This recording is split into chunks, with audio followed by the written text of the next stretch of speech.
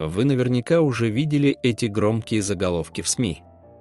Чингука из БТС обвиняют в неподобающем поведении, курении и чуть ли не в скандальном срыве в прямом эфире. Но что, если я скажу вам, что все было ровно наоборот? То, что произошло на последней трансляции в Виверс, это не скандал.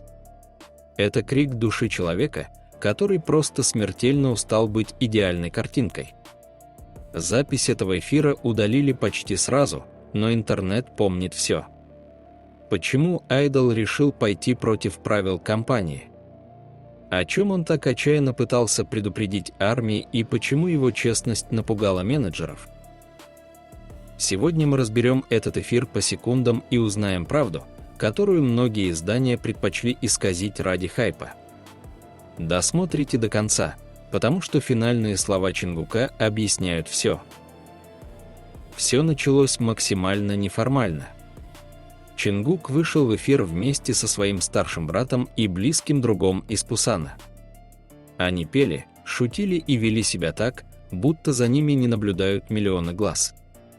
Но в какой-то момент разговор свернул на очень личную и опасную территорию. Чингук заговорил о курении. Представьте, он прямо признался, что раньше курил довольно много, но решил отказаться от этой привычки ради своего голоса и профессионального роста. Он понимал, что делает. Артист прямо сказал, цитирую, «В тот момент, когда я это говорю, компания, наверное, сойдет с ума». Он не обсуждал это признание с менеджерами, это был импульс, вызванный накопившимся раздражением. Чингуку уже почти 30 лет, и он открыто заявил, что хочет быть просто человеком, а не идеальным роботом. Сколько людей в этом мире могут по-настоящему быть честными? «Я хотел быть честным с армией», эти слова прозвучали как манифест свободы. Он даже в шутку испугался, что его откровения выставят компанию в плохом свете, и тут же начал смеяться, уверяя всех, что в офисе работают прекрасные люди, которые о нем заботятся. Но напряжение в воздухе буквально можно было потрогать руками. Но за веселыми песнями и шутками скрывалась правда, от которой становится не по себе. Чингук признался, что в последнее время он практически не спит. Подготовка к новому камбэку выжимает из него все соки.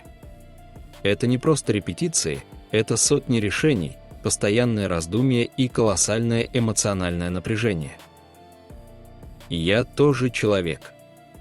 Я просто хочу наслаждаться жизнью», эти слова он повторил несколько раз, будто напоминая об этом самому себе.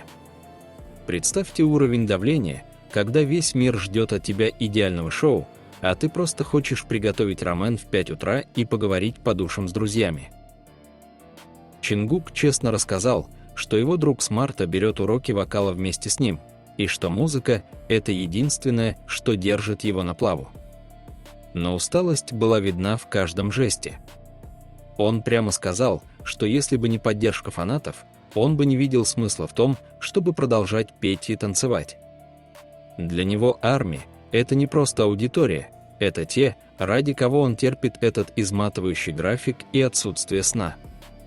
И именно эта привязанность заставляет его быть настолько откровенным, даже если это грозит проблемами с руководством.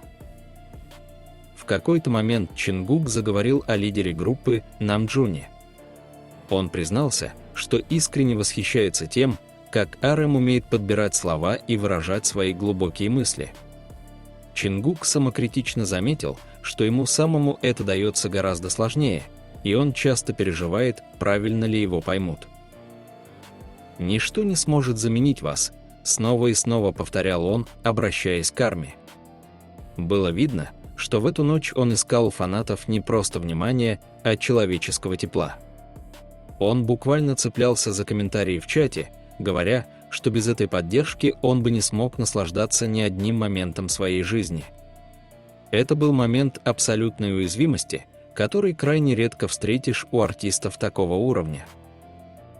А теперь давайте разберем то, из-за чего желтая пресса буквально взорвалась ядовитыми статьями. Вы наверняка видели скриншоты, где Чингук якобы ведет себя агрессивно, показывает средний палец и чуть ли не ругается с фанатами. Но вот в чем правда. Все это наглая манипуляция контекстом. Тот самый жест был адресован его близкому другу из Пусана. Это было обычное дружеское подразнивание, понятное любому, у кого есть настоящие друзья. Чингук просто расслабился.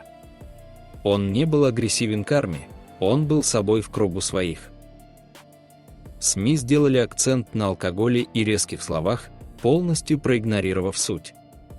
А суть в том, что человек на грани выгорания просто пытался найти момент эмоциональной разрядки.